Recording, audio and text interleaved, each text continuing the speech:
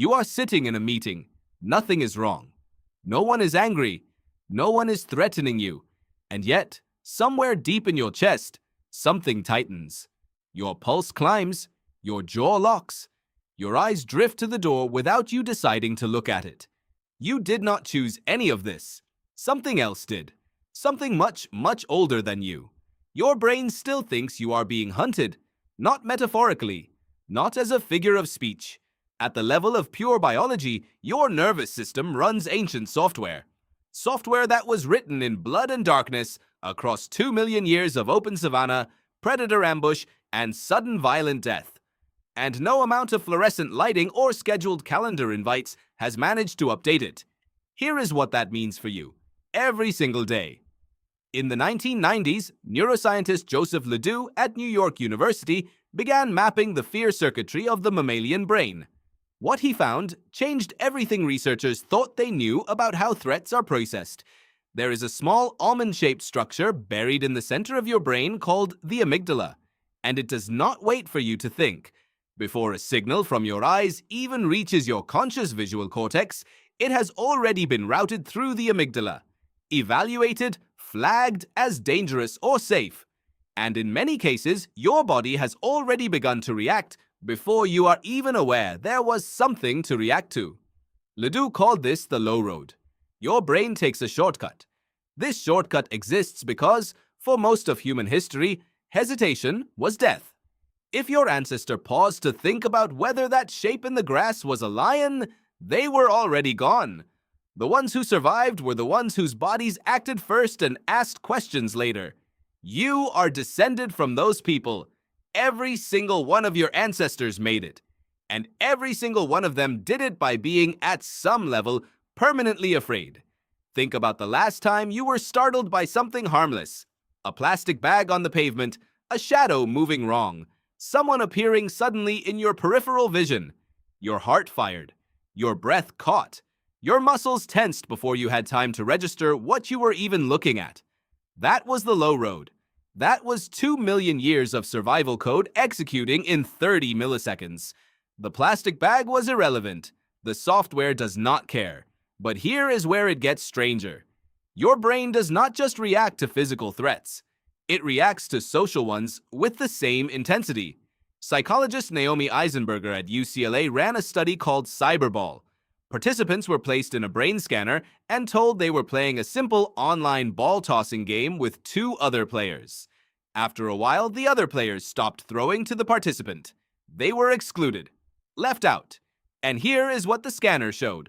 The same region of the brain that activates during physical pain lit up during social exclusion. The anterior cingulate cortex, the part of your brain that registers the hurt of a broken arm, registers being ignored the same way. Your brain does not know the difference between a lion and someone who stopped inviting you to lunch. This makes evolutionary sense. For most of human history, being excluded from the group was a death sentence. You could not survive alone on the savannah. You needed the tribe for fire, for food, for protection. Social rejection was not a social problem. It was a survival crisis, and your brain still treats it that way. Which is why being left on red by someone you care about can produce a physical ache in your chest. Which is why public humiliation feels like a physical blow. Which is why rejection, even small rejection, can loop in your mind for days. Your nervous system is filing it under predator. Anthropologist and primatologist Robin Dunbar has spent decades studying the social architecture of the human brain. His research suggests that the neocortex, the outer layer of the brain responsible for complex thought, expanded in primates specifically to manage social complexity. We grew bigger brains not to do math, not to build fires, but to keep track of each other, to remember who owed who a favor, who was trustworthy, who was a threat. The social world was the survival world, and your brain built itself around that fact. This is why you notice when someone looks at you across a room. It is why you can hear your own name spoken softly from across a noisy crowd. It is why you instinctively scan the faces of people you walk toward to read their expressions before they are close enough to speak.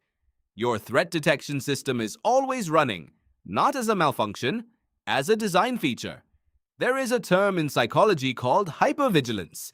It is used clinically to describe a state of heightened alertness to potential threat, common in people who have experienced trauma. But researchers like Stephen Porges, who developed polyvagal theory, argue that some level of this vigilance is the default setting for all human beings. The nervous system is always listening, always scanning. It scans for fast movement, for sudden sounds, for changes in facial expression, for anything that pattern matches to danger. It does this automatically, constantly, even while you sleep. That is why a strange sound at 3 in the morning pulls you awake so completely.